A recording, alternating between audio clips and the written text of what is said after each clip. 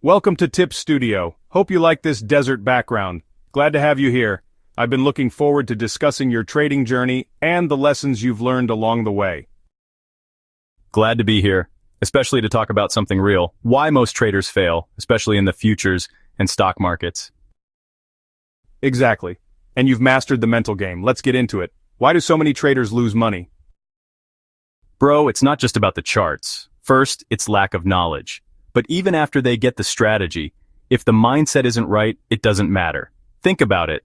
The same knife that a chef uses to cook a great meal can also hurt someone. It's not the tool, it's the person holding the tool. A perfect strategy in the hands of an undisciplined trader, still dangerous. So what separates a winning trader from a losing one? Transformation. Most people enter trading with the same habits that hurt them in everyday life. You need to unlearn, retrain, and grow into someone who can handle uncertainty. Futures trading especially tests every inch of your emotional control. Can you break down how the market is structured? How does understanding this help traders? The financial market is vast and complex. It can feel intimidating, especially for newcomers. At the top, you've got the institutional players, hedge funds, prop firms, investment banks, then mid-tier banks, corporations. At the very bottom, retail traders. If you're trading futures, you're up against serious capital and automation. You need to respect the hierarchy and stay strategic. Let's talk about revenge trading. Been there myself. We all have. You lose a few trades and feel the need to win it back. That becomes a habit. If you do win back the loss once, it reinforces the cycle, and next time, you're more likely to gamble again. It's not just emotional, it's neurological. What's one mindset shift every trader needs? Instead of asking how much can I make, ask how much am I willing to lose per trade, per day, per week. Risk management isn't optional, it's the game. A lot of traders hate stop losses. They misunderstand them. A stop loss isn't a loss, it's a pause. Think of it like a red light. You stop so you don't crash. Then you move again. Celebrate your stop losses like your take profits. They're both part of disciplined execution. Talk to me about emotions. They wreck people in futures especially. Emotions are natural, but left unchecked, they create complex reactions like rage or revenge. The goal isn't to eliminate emotions, it's to understand and manage them.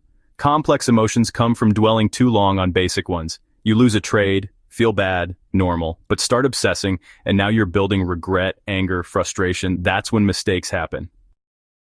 So how do you stay centered? Self-awareness. If you treat stop losses like normal events, your brain adapts. Smile when you lose, it rewires your emotional response. If you frown or rage, your body assumes you're under attack, and it pushes you toward irrational action. That's deep. Can you give an analogy using the Burj Khalifa?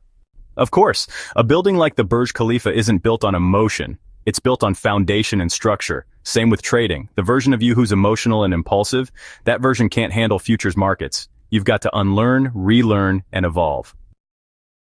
Why is it so hard to stick to a trading plan? Because sticking to anything is hard if you haven't trained that habit in other parts of life.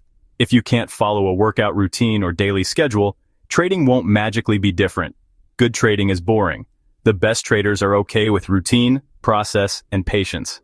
Creative minds want variety, which is dangerous in trading. So what's the takeaway? Emotional intelligence, not just understanding how you feel, but learning how to detach. That's how you trade like a machine and live like a human. In the end, it's not about finding the perfect trade. It's about becoming the kind of person who doesn't self-sabotage when things get hard. That's powerful, man. Appreciate you. Any final words? Yeah, subscribe to the channel. If you like this, drop a comment and let us know what else you want us to dive into. This is just the beginning.